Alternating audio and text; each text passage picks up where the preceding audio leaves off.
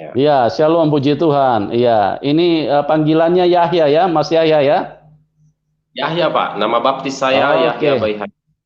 Oke. oke, Mas Yahya Baihaqi. Oke, ya, puji Tuhan. Terima kasih ya sudah mau hadir untuk bersaksi dan bisa diceritakan kepada teman-teman bahwa Mas Yahya sendiri yang rindu untuk bersaksi. Ya, tidak ada istilahnya intervensi daripada pihak manapun. Dan pada Ya, malam benar. hari ini teman-teman sudah banyak menunggu ya apa yang Ya. akan Mas Yahya sampaikan kepada kita semua dan itu pasti akan sangat memberkati kita semua. Oke, waktu dan tempat saya serahkan kepada Mas Yahya Baihaqi. Silakan, Mas Yahya. Ya, shalom. Selamat malam buat Bapak Ibu saudara-saudara yang terkasih yang menonton live streaming Bapak Pendeta Yusuf Manubulu. Saya di sini ingin menyampaikan sedikit kesaksian saya kepada kita semuanya. Ini atas keinginan saya sendiri, bukan ada istilah unsur paksaan, tidak ada. Saya ingin bersaksi di YouTube Bapak Yusuf Manubulu itu atas permintaan saya sendiri. Saya ingin menyampaikan bahwasanya mujizat yang telah saya alami di dalam kehidupan saya, dan saya ingin menceritakan perjalanan hidup saya sebelum mengenal Isa Al-Masih sebagai Tuhan dan Juru Selamat saya. Pertama-tama, saudaraku yang terkasih, dulu saya itu adalah orang agama Islam yang gimana ya, orang Islam yang dibilang keras sih tidak, radikal tidak, tapi yang taat gitu, yang taat dengan agama. Nah, jadi saya 4 bersaudara, saya anak paling bungsu, anak paling kecil, dan saya belum menikah, masih lajang. Nah, tetapi saya itu bukan berarti mengatakan saya lajang ingin mencari jodoh di sini, tidak. Tetapi saya di sini ingin menyampaikan mujizat Tuhan Yesus di dalam kehidupan saya. Dulu saudaraku yang terkasih, saya itu orangnya sangatlah bandel, ugal-ugalan, brutal. Kenapa saya brutal? Karena saya anak paling bungsu. Nah, karena saya merasa kalaupun saya ditangkap polisi, saya akan dibebaskan. Karena zaman dulu masih berlaku duit, saudaraku ya. Ini saya belak-belakan aja kesaksian di sini ya. Sebelum saya masuk pesantren, sebelum saya mengenal Isa Al-Masih. Saya dulu bandel, saya balap motor. Akhirnya saya mukulin orang, akhirnya saya diangkat menjadi ketua geng motor di Sumatera Utara, di Medan, di tempat kediaman saya. Kenapa saya diangkat menjadi ketua geng motor? Karena saya itu memukulin orang bukan 1 2 lagi gitu. Dulu. Saya dulu sangat brutal, sangat bandel, sangat jahat. Ini muka saya masih ada bekasnya nih. Nah, kemana ya ini? Ini bekasnya salah satu saksi. Dan juga di tangan ada, di perut ada ya. Itu di saat saya kecelakaan. Jadi saya dulu itu saudaraku brutal, jahat banget lah, pokoknya jahat, tidak bisa. Apa yang dibilang orang tua tidak saya dengarkan, apa yang dibilang keluarga kakak abang tidak saya dengarkan. Karena saya merasa itu dulu itu namanya juga ya, dulu itu saya merasakan gampang itu, uang kan ada, uang orang tua gitu ya, bisa ditebus dari polsek gitu. Jadi kalau makanya dulu itu saya itu saudaraku ya, dulu itu saya itu orang polsek itu sudah bosan melihat wajah saya. Kenapa mereka bosan melihat wajah saya? Kamu-kamu aja yang kami lihat katanya. Tapi saya nggak peduli. Saya tidak peduli karena saya menjaga nama sebagai ketua geng motor di Sumatera Utara, di Medan, di tempat kediaman saya. Jadi di saat saya pulang ke rumah, saya bawa motor balap, nggak tahu lari berapa itu, kemungkinan kalau nggak salah saya larinya itu 120, lari 120. Posisi saya itu sendiri, posisi hujan lebat, pasar hitam aspal basah, saya kencang. Sesudah itu tiba-tiba ada anjing menyeberang, anjing nyebrang, saya tidak bisa ngerem lagi. Akhirnya saya ngerem, pijit rem depan, rem mendadak namanya ya, rem depan, rem cakram. Akhirnya saya terbalik, tercampak ada beberapa meter. Sesudah itu saudaraku, di situ saya tidak sadarkan diri lagi. Ya namanya juga udah tercampak berapa meter ya toh. Nah, jadi di situ saya tidak sadarkan diri lagi gitu. Jadi saya dilarikan sama warga ke puskesmas terdekat. Puskesmas terdekat membawa saya lagi, menolak saya ke rumah sakit umum. Rumah sakit umum pertama saya dilarikan ya, yang saya tahu cerita dari keluarga saya pertama dilarikan ke puskesmas. Yang kedua saya dilarikan ke rumah sakit Adam Malik Medan. Karena rumah sakit Adam Malik Medan dekat dengan rumah saya. Nah, rumah saya dulu itu di Jalan Jamin Ginting Medan, Sumatera Utara ya, jalan mau menuju Brastagi Kawan Jahe. Nah, jadi dari kejadian ini dekatnya rumah sakit umum itu ke rumah sakit Adam Malik Medan. Sampai di rumah sakit Adam Malik Medan, rumah sakit Adam Malik Medan kemarin itu mengatakan saya itu tidak ada lagi harapan untuk hidup. Kenapa saya tidak ada harapan untuk hidup? Karena posisi saya dulu saudaraku sangat parah banget. Ya namanya lari 120, coba saudaraku. Dan dokter Adam Malik mengatakan saya itu tidak ada lagi harapan untuk hidup. Tidak ada lagi harapan untuk hidup. Kalaupun hidup saya itu gila. Itu pesan mereka, ya toh. Akhirnya saya dirujuk ke rumah sakit Pringadi Medan. Rumah sakit Pringadi Medan dokternya mengatakan begitu juga. Akhirnya dirujuk lagi ke rumah sakit Elizabeth Medan. Rumah sakit Elizabeth Medan mengatakan begitu juga. Akhirnya namanya orang tua, bagaimana orang tua dengan anaknya, akhirnya orang tua mengirim saya untuk keluarga, orang tua diskusi mengirim saya untuk ke Penang, Malaysia. Akhirnya saya dilarikan, dibawa ke Penang, Malaysia, saudaraku. Sampai saya ini posisi saya nggak sadar ya. Ini cerita saya tahu dari keluarga saya, karena saya tidak sadarkan diri. Sampai di Penang saya tidak sadarkan diri, saudaraku. Tidak sadarkan diri, tidak sadar gitulah. Sampai di Penang, saya di sana dikasih obat mahal itu katanya ya, obat mahal, obat bagus. Memang benar bagus. Nyatanya saya ini sembuh, tapi mahal gitu ya. Akhirnya sampai di Penang, di Penang saya sekitar 2 minggu. 2 minggu saya di Penang, baru saya posisi saya sadar tetapi belum sembuh total. Maksudnya sembuh total itu belum bisa saya lari-lari, belum bisa bawa motor, belum bisa bawa mobil, belum bisa, karena posisi saya di situ hanya sekedar sadar gitu. 2 minggu saya di Penang, Malaysia, baru saya sadar. Di situ, habis itu barulah saya dibawa pulang ke Medan. Baru pulang ke Medan. Sampai di Medan, saya ada sekitar 1 bulanan gitulah di Medan ya. 1 bulanan sampai sembuh total gitu. Orang tua tidak melepas saya kalau saya belum sembuh total. Jadi ada 1 bulanan saya di Medan, saya udah bisa jalan sendiri, naik motor sendiri, bawa mobil sendiri, udah bisa. Akhirnya saya keluarga berdiskusi untuk saya itu kalau bisa ya masuk pesantren lah, kalau tidak ini bakalan jadi anak setan katanya. Gitu. Kenapa mereka mengatakan saya jadi anak setan? Karena saya dulu itu saudaraku sangat brutal. Memang itu teguran dari Tuhan itu buat saya. Kenapa saya mengatakan teguran dari Tuhan? Karena saya itu dulu itu jahat benar lah saudaraku, jahat benar. Jahat benar. Kenapa saya bilang jahat benar? Saya asli orang Medan, orang Toba. Kemarin itu waktu saya di sana itu orang kita Karo, orang kita Simalungun, Mandailing, teman-teman saya, mafia-mafianya, bandit-banditnya, saya bilang sama mereka, harga kalian berapa? Itu bahasa saya dulu ya, waktu saya brutal. Itulah karena saya sangat brutalnya dulu. Berapa harga kalian biar saya beli? Saya ngomong bicara begitu. Karena saya menjaga nama baik saya, menjaga harga diri saya. Sebagai ketua geng motor kan begitu.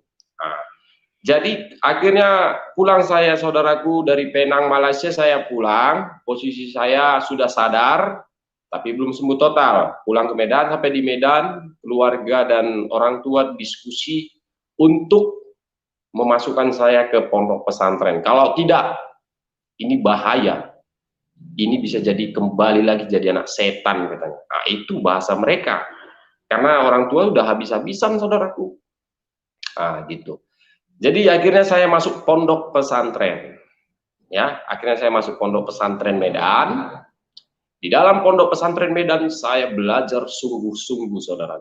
Saya belajar sungguh-sungguh. Saya mendalami ilmu agama Islam. Sholat saya 7 waktu, bukan 5 waktu lagi. Kenapa saya bilang 7 waktu sholat saya? Nah, karena saya menambahkan sholat saya 2, yaitu duha dan tahajud. Makanya saya bilang 7 waktu. Jadi dulu itu, saudaraku, sholat saya 7 kali, saudaraku. Beruntung dulu itu sholat tidak 10 kali, 20 kali. Kalau sempat 10 kali, 20 kali dulu sholat, ya mungkin saya jalani juga. Karena memang saya dulu benar-benar ingin bertobat. Ingin meninggalkan manusia lama saya dulu. Nah, jadi masuk saya pondok pesantren, saudaraku, benar-benar saya mendalami ilmu agama Islam. Saya bertobat, saya rajin sholat, rajin berzikir. Apa itu zikir? Tasbih. Apa itu tasbih? Itulah tujuan kita hanya satu, yaitu Allah. Ya, itulah yang saya pelajari di dalam. Nah, kenapa saya mempelajari itu sungguh-sungguh? Karena saya memang benar-benar mau bertobat, bukan mau main-main. Nah, jadi saya belajar sungguh-sungguh, saudaraku. Sholat, zikir, saya lakukan di pesantren. Selama 8 bulan, sampai 8 bulan, saudaraku. 8 bulan saya tidak pernah keluar dari pesantren. Pasar hitam tidak pernah saya lihat. Saya tidak pernah selama 8 bulan saya keluar dari pesantren. Saya belajar benar-benar. Saya belajar sungguh-sungguh. Karena saya benar-benar mau bertobat. Nah, jadi selama 8 bulan, saya di dalam pesantren, saya sudah mendapatkan gelar seorang khalifah. Apa itu khalifah? Khalifah itu yaitu kiai muda. Apa itu kiai muda? Kiai muda itulah nama kita yang telah diangkat Allah Subhanahu wa Ta'ala. Itulah, saudaraku, ya. Nah, jadi saya sudah mendapatkan gelar di situ. Karena di pesantren ada tingkatan, saudaraku. Ada tingkatan. Kalau di pesantren bilang kaji. Kaji itu apa? Tingkatan, seperti polisi, bribda, bribtu, brigadir, bribka, seperti itu. Polisi ada tingkatan. Nah, jadi kalau saya itu 8 bulan tembus. 8 bulan tembus saya mendapatkan gelar seorang khalifah. Apa itu khalifah? Yaitu kiai muda. Jadi begitu saya mendapatkan gelar seorang khalifah, saya pergi kunjungan ke Pulau Jawa. Tidak perlu saya sebutkan ya di Pulau Jawa di mananya. Ya, saya Pulau Jawa, saya menjumpai para tokoh. Saya menjumpai para jamaah, para ustadz-ustadz, para tokoh, saya temui ke Pulau Jawa. Nah, jadi di saat saya menemui ke Pulau Jawa, saudaraku, saya bermimpi. Saya bermimpi dengan teman saya. Saya mempunyai teman namanya Pak Nababan. Dia Marga Nababan. Dia polisi dinas di Pekanbaru Riau, masih aktif. Dia di Polsek Pekanbaru, dia dinas di sana, polisi masih aktif. Dia bagian Babin Kamtipmas. Teman saya, agama Kristen. Nah, jadi saya bermimpi dengan teman saya ini, saudaraku. Saya bermimpi dengan dia mengajari saya baca Alkitab. Nah, dia mengajari saya baca Alkitab, dan dia juga mendoakan saya. Habis itu saya terbangun. Sesudah saya terbangun, saya merasa begini, loh, kok saya mimpi dengan dia? Ah, begitu. Dan juga saya mimpi dengan teman saya ini, sementara saya ini bukan orang sembarangan gitu loh ya. Serban sudah di kepala, ya, serban. Nah, tasbih sudah di tangan. Apa itu tasbih? Untuk zikir, ya. Kenapa saya mengatakan seperti itu? Saya di situ bingung, tanda tanya. Kenapa saya mimpi dengan teman saya, dia mengajari saya baca Alkitab, dan juga dia mendoakan saya. Sementara saya itu dulu, saudaraku, bukan orang biasa, jujur. Kenapa saya bilang bukan orang biasa? Saya mempunyai teman, ya. Saya ada teman, saudaraku. Teman saya ini dia punya keluarga, ya. Dia punya keluarga, keluarganya sakit. Nah, keluarganya sakit, dibawa berobat ke sana sini, tidak sembuh. Dibawa ke dukun, tidak sembuh juga. Terus teman saya ini mengatakan dengan saya, baik, katanya. Teman saya ini manggil saya baik. Namanya teman ya, teman dekat gitulah. Nah, baik katanya. Nama saya kan Baik Haki, baik katanya. Apa? Saya, aku mau curhat sama kamu. Apa tuh? Keluargaku sakit. Sakit apa? Ya di situ kami bingung. Kami tidak tahu sakitnya apa. Karena kami bawa ke dokter, diperiksa, di ronsen, sakitnya tidak ada. Nah, dibawa ke dukun, tidak sembuh. Akhirnya saya bilang, kamu bodoh. Kenapa? Ya kamu ngapain bawa ke dukun? Kenapa? Kalau kamu bawa ke dukun, kamu mau tumbalnya siapa mau kamu kasih? Maksud kamu gimana, Baik? Kamu tidak usah membantah cakap aku bilang begitu, saudara ya. Nggak usah bantah cakapku, aku bilang begitu. Saya bilang begitu, saudaraku. Karena saya itu tidak bisa lagi dibodoh-bodohin masalah ilmu, ya. Karena itu udah kami pelajari gitulah ya. Di pesantren itu pelajaran kami, ilmu. Nah, itulah yang kami pelajari, ilmu. Beda sama Ustadz Abdul Somad. Ustadz Abdul Somad itu dia jurusan Al-Qur'an, ya. Jurusan Al-Qur'an. Tapi kalau jurusan ilmu katanya tidak, beda. Beda dengan saya, ya. Semudah-mudahan beliau menonton video saya ini, ya. Karena dulu saya sudah pernah sama beliau, ya biasalah ya, ada selisih debat sedikit gitulah. Jadi ya saya bilang, kalau kamu itu tidak percaya dengan saya, silakan. Saya bilang begitu, saudaraku. Akhirnya dia menyerahkan semuanya kepada saya. Ya udahlah, aku minta tolong sama kamu, Baik. Bisa nggak kamu obatin? Bisa nggak kamu tolong saudara saya itu? Dia sakit. Nah, akhirnya saya bilang, oke, begitu dong, oke.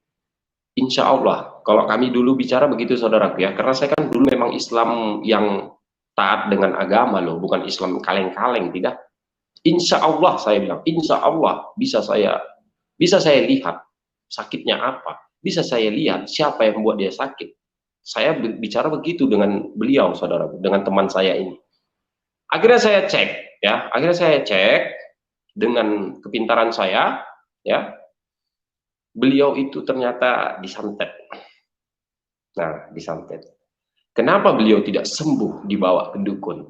Kenapa beliau tidak sembuh dibawa ke dokter? Ya jelas tidak sembuh. Yang menyantet dia itu adalah Raja Santet. Raja Santet mana? Oh, itu tidak perlu saya kasih tahu Raja Santet mana. Ya. Kemungkinan beberapa orang yang menonton video ini mungkin sudah tahu, ya.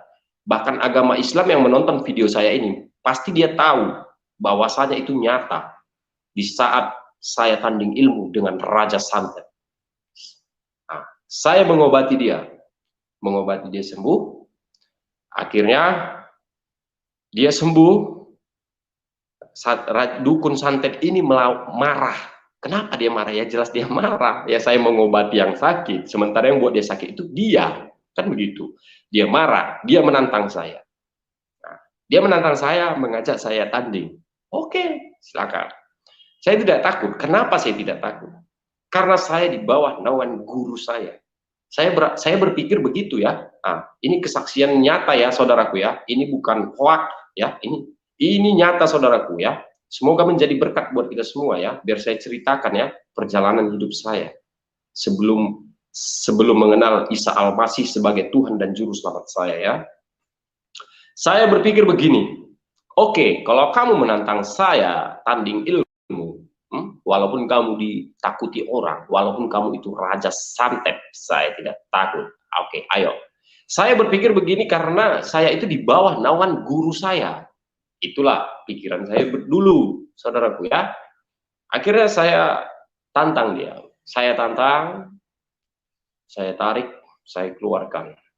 Saya keluarkan yang saya tahu, dia keluarkan yang dia tahu. Akhirnya saya di situ, saudaraku, muntah darah. Saya muntah darah, dukun santetnya mati di tempat. Begitu dia mati di tempat, ada berapa hari hujan deras, pohon betumbangan. Pohon betumbangan, saudaraku.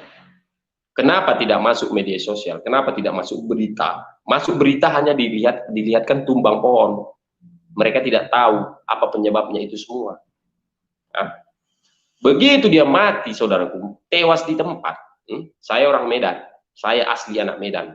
Jadi ngomong saya agak keras, wajar, saudaraku ya. Nah, begitulah orang Medan itu suaranya power, tapi hatinya selembut kain sutra, ya.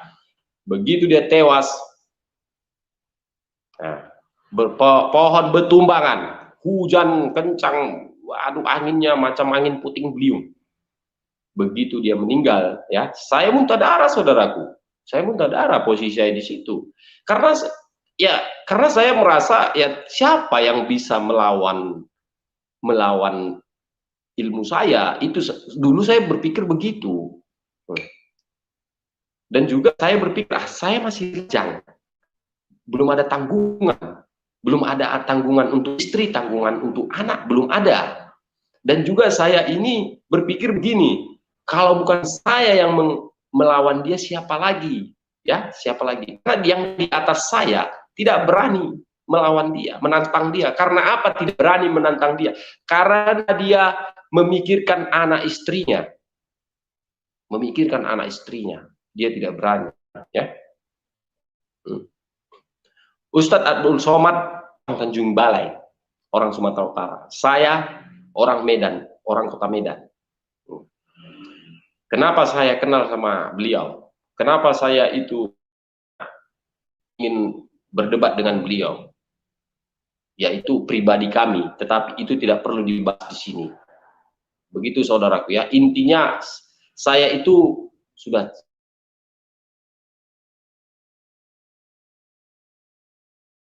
yang saya ajari.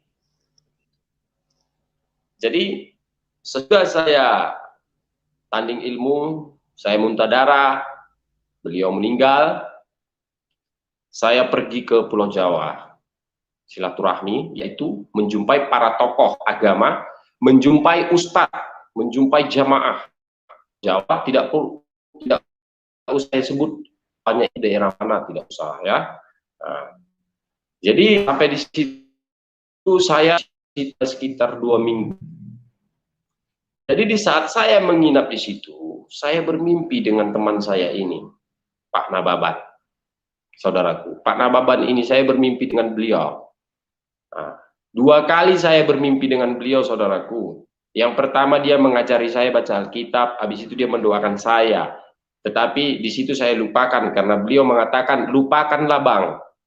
Oke Pak, saya lupakan. Yang kedua saya bermimpi, beliau membawa saya ke gereja, memperkenalkan saya kepada pendeta. Habis itu pendeta mendoakan saya, mengajari saya baca Alkitab. Habis itu kami foto-foto bertiga di gereja. Habis itu saya terbangun, saya telepon beliau. Nah, saya telepon beliau, beliau juga merasa, aduh, gimana ini bang, saya jadi merinding di sini katanya. Nah, di situ saya berpikir, saudaraku, di situ saya langsung berpikir bijak dengan cerdas. Ini ada apa? Nah, ini ada apa? Saya bukan Islam biasa, ya, serban bukan sembarang serban, tasbih bukan sembarang tasbih, ya. Di situ saya berpikir, dulu tubuh saya tidur, arwah saya itu melayang-layang di langit. Karena apa? Itulah karena sudah ketinggian ilmu tadi. Nah, ya. Di situ saya berpikir, loh, kenapa saya mimpi gereja pula, ya toh? Nah, mimpi gereja. Di situ saya bertanya, oh ini satu petunjuk. Di situ saya langsung berpikir bijak dan berpikir cerdas, bahwasanya itu adalah satu petunjuk dari Tuhan kita Yesus Kristus. Satu petunjuk bahwasanya dia itu ingin menyelamatkan saya. Di situ saya tidak habis pikir lagi, sudah saya putuskan. Saya telepon teman saya, polisi Pak Nababan, dinas di Pekanbaru Riau. Beliau, saya telepon langsung. Nah, di mana Pak? Lagi dinas Bang. Ah, ada apa Bang? Gini Pak, tolong cari pendeta untuk membaptis saya. Ah, yang benar Bang, Abang jangan bercanda dong. Enggak bercanda ini Pak, tolong cari pendeta yang mau membaptis saya. Saya bicara begitu Pak, saudaraku. Sesudah itu beliau mencari pendeta Jambi, ya, pendeta Jambi, pendeta Pekanbaru, pendeta Jakarta, pendeta Jawa, terus pendeta mana lagi? Pendeta Lampung. Pokoknya ada 7 lah, saudaraku, 7 ya. Ada 7 pendeta ditelepon beliau untuk membaptis saya. Tetapi para pendeta merasa ragu, mungkin mereka ragu ataupun takut ataupun bingung, saya tidak mengerti lah. Intinya mereka tidak mau lah, tidak berani, tidak mau begitulah. Karena mereka ragu, ini kenapa mau dibaptis? Nah, masa dia mau dibaptis, orang dia udah ahli agama. Mereka berpikir begitu, saudaraku, ya, karena mereka ragu, ah nggak mungkin, itu tidak mungkin. Tetapi karena Tuhan Yesus sudah memanggil saya, menyelamatkan saya, Tuhan Yesus menunjukkan orang yang mau membaptis saya, saudaraku. Puji Tuhan, saya dibaptis. Saya dibaptis di Semarang. Ya, saya dibaptis di Semarang. Puji Tuhan. Itu Tuhan Yesus ya yang menunjukkan itu. Tidak ada pendeta yang berani membaptis saya dulu, saudara. Tidak ada. Tidak ada, saudaraku. Jadi begitulah, saudaraku, perjalanan hidup yang saya alami dan yang saya jalani selama saya itu belum mengenal pesantren, belum mengenal Isa Al-Masih, ya. Itulah perjalanan saya dari awal sampai akhir. Begitu saya dibaptis di Semarang, saudaraku, ada sekitar 2 minggu, ya, ada sekitar 2 minggu keluarga saya tahu ya, keluarga saya tahu. Apa dibilang sama saya? Dibilang keluarga saya, hah? Kamu itu tidak punya agama. Agamamu tidak ada. Agama, dibilang kamu Islam tidak, dibilang Kristen tidak. Jadi apa agamaku? Kamu itu anak setan, katanya. Nah itu. Kenapa mereka mengatakan saya anak setan? Terus saya bilang, kenapa kalian bilang saya anak setan? Ya jelas dong, kamu itu masuk pesantren supaya menjadi anak yang soleh. Tapi kenapa kamu dimasukkan ke pesantren malah jadi anak setan, katanya. Nah, ya saya bilang, oh ya gitu, ya wes lah, saya bilang, ya udah, saya bilang gitu. Ya udahlah, saya bilang, saya tidak mau debat. Nah, saya hanya mendoakan mereka aja, mereka keluar saya. Teman-teman terdekat saya tahu saya murtad. Nah, teman-teman terdekat, kerabat-kerabat saya terdekat, mereka mengetahui saya dibaptis. Saya diancam, diteror, bahkan dikatakan saya akan dipenjarakan dan saya akan dilaporkan ke Polda Medan. Tetapi saya sehat sampai sekarang ini. Diancam saya, saudaraku, diancam, diteror, HP saya tidak pernah diam. Akhirnya saya ganti kartu. Saya ganti kartu, dapat juga nomor saya, tidak tahu siapa yang memberi. Saya tidak tahu dari siapa mereka tahu nomor saya. Iya, saudara. Ancaman teror itu, caci maki fitnah, itu saya terima. Dicaci, dimaki, difitnah, dihujat, dikatakan anak setan, dikatakan api neraka akan tempatmu, katanya. Kayu katanya, kamulah nanti kayunya di api neraka, dibilang. Saya diam. Saya tidak ambil pusing. Saya tidak mau ambil pusing. Saya bilang, ya sudah ya. HP matikan ya, aku lagi sibuk. Ya itu alasan saya. Tetapi begitu HP saya matikan, saya langsung berdoa. Apa doa saya? Doa saya hanya singkat, saudaraku, karena saya belum tahu doanya seperti apa untuk mereka. Saya belum mengerti, belum paham. Hanya doa saya cukup cuma satu, ya Bapa ampunilah mereka, sebab mereka tidak mengerti apa yang mereka perbuat. Hanya itu doa saya buat mereka, saudaraku. Puji Tuhan saya diselamatkan sampai sekarang. Sampai sekarang saya diselamatkan. Walaupun saya makan terancam, tidur saya di kos-kosan, saya tidak peduli. Yang penting saya sudah selamat. Saya sudah selamat. Semua saya tinggalkan. Keluarga saya tinggalkan. Warisan saya tinggalkan, saudaraku. Saya tinggalkan. Kenapa saya tinggalkan? Karena saya mau mencari keselamatan. Saya senang sudah diselamatkan Tuhan Yesus. Walaupun saya makan cukup sekali, 2 kali satu hari. Walaupun saya tidak bisa beli ini, beli itu lagi seperti dulu. Saya tidak peduli. Yang penting saya sudah selamat. Ancaman teror, saudara. Diancam, diteror.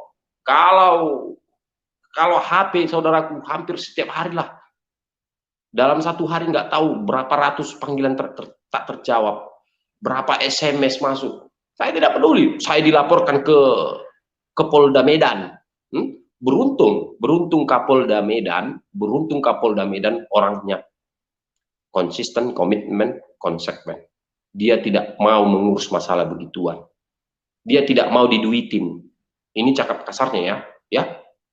Karena keluarga saya, saudaraku keluarga saya langsung cerita dengan saya melalui HP ya. Nah, ini siapa, mudah-mudahan keluarga saya menonton video saya ini ya. Mudah-mudahan keluarga saya menonton. Keluarga saya menelpon saya, mereka bilang sama saya, mereka akan melaporkan saya ke Polda Medan, ya, ke Polda Medan dan akan menduiti Kapolda, akan menduiti Kapolda katanya. Tapi aku nggak ada ditangkap, tidak ada, sehat aku. Karena apa? Karena memang aku bukan mau dibinasakan. Karena aku percaya Tuhan Yesus itu tidak akan membinasakan, melainkan memberikan hidup yang kekal. Begitu, saudaraku. Jadi buat Bapak Ibu, saudara-saudari yang terkasih yang menonton video saya ini, kiranya ya, dan juga yang para murtad, yang baru-baru murtad ya, terima kasih ya, Tuhan Yesus baik. Ingat kalian ya, yang baru-baru murtad ya, saya sangat bangga. Karena apa saya bangga? Ya, karena saya bulan 2 dibaptis, bulan 2 tahun 2020 saya dibaptis. Nah, jadi buat para murtad, saya senang melihat kalian, kita sudah sama-sama diselamatkan. Ya, jangan pikirkan ancaman teror, jangan pikirkan ancaman teror, caci maki, fitnah, jangan pikirkan, hanya fokus aja, cukup hanya Tuhan. Cukup. Saya sudah mengalami, saudaraku, bukan orang Islam aja yang mencaci, memaki, memfitnah saya, ya, menyakiti saya. Bukan. Orang Kristen juga ada yang mengecewakan saya, yang menyakiti saya. Tapi saya tidak memandang manusia. Saya tidak pandang manusia. Karena apa? Kalau saya pandang manusia, 100% saya balik ke agama lama. Ya. 100% saya balik ke agama lama. Kalau saya memandang manusia, tetapi tidak manusia yang saya pandang, tetapi saya memandang Tuhan kita Yesus Kristus. Saya pikirkan keselamatan saya di tanah kerajaan sorga, bukan di dunia. Saya punya mobil, saya punya rumah, saya tinggalkan, saudaraku, ya, saya tinggalkan. Ada fotonya di HP saya ini, ada di HP saya ini, ada fotonya. Bisa saya kirim, bisa nanti saya kirim ke YouTube Bapak Yusuf, foto-foto masa lalu saya kirim agar dimasukkan ke YouTube-nya, ya, supaya kita tahu bahwasanya tidak ada jalan kita masuk ke tanah kerajaan sorga kalau tidak melalui Tuhan kita Yesus Kristus. Itu aja intinya. Terima kasih buat Bapak Ibu, saudara-saudari yang terkasih yang menonton video saya ini, kiranya diberkati. Dan saya bersaksi di sini atas keinginan saya. Saya kesaksian di sini atas keinginan saya, bukan ada unsur paksaan, rayuan, ataupun tidak ada Bapak Yusuf menyuruh saya bersaksi di sini, tidak ada. Ya, ini saya yang meminta. Saya yang meminta bersaksi di YouTube Bapak Yusuf Manubulu. Karena apa saya minta saya bersaksi di sini? Supaya para keluarga saya, ya, para sahabat saya, teman-teman saya, ya, para santri-santri mendengarkan kesaksian saya, ya. Saya tidak mau kalian itu salah jalur, ya. Saya tidak mau, ya. Itu makanya saya minta saya bersaksi di sini atas keinginan saya. Saya tanggung jawab di dalam kesaksian saya ini. Saya tanggung jawab, ya. Yang penting saya sudah selamat. Itu aja intinya. Kenapa saya selamat? Karena saya sudah menerima Tuhan kita Yesus Kristus sebagai Tuhan dan Juru Selamat saya. Itu aja intinya. Oke lah, terima kasih buat Bapak, Ibu, saudara-saudara yang terkasih semuanya. Siapa tahu ada yang mau bertanya, silakan. Saya akan menjawabnya. Oke, terima kasih Pak. Ya, puji Tuhan. Ya, luar biasa Mas Yahya Baihaqi, sebuah perjalanan hidup yang sangat memberkati. Bagaimana seseorang yang tadinya tidak mengenal Tuhan Yesus, tapi kuasa Roh Kudus begitu dahsyat. Pada saat Tuhan Yesus menghampiri lewat rohnya, maka inilah iman yang ditunjukkan oleh seorang Yahya Baihaqi, adalah iman yang begitu teguh di dalam Tuhan Yesus. Karena apa? Karena mempercayai Tuhan Yesus bukan hanya sekedar di dalam ucapan, tapi ada kekuatan, ada power yang luar biasa yang bekerja di dalam hati manusia, sehingga keteguhan iman itulah yang disampaikan pada malam hari ini. Oke teman-teman, dan menjadi kerinduan daripada Mas Yahya supaya banyak orang juga bisa menemukan apa yang telah ditemukan oleh beliau, dan itulah tujuan beliau hadir di tempat, di channel ini, untuk bisa berbagi kebaikan yang telah diterima oleh seorang Mas Yahya, itu bisa di-share kepada banyak orang. Dan pada malam hari ini, saya yakin sekali banyak orang yang diberkati, banyak orang yang diteguhkan imannya, banyak orang yang mengalami pemulihan di dalam hidup ini, karena tidak ada Tuhan kecuali Tuhan Yesus Kristus. Oke, kita akan berjumpa di program selanjutnya. Dan sekali lagi terima kasih buat semuanya. Tuhan Yesus memberkati kita semua. Dan salam kemenangan buat kita semua. Amin.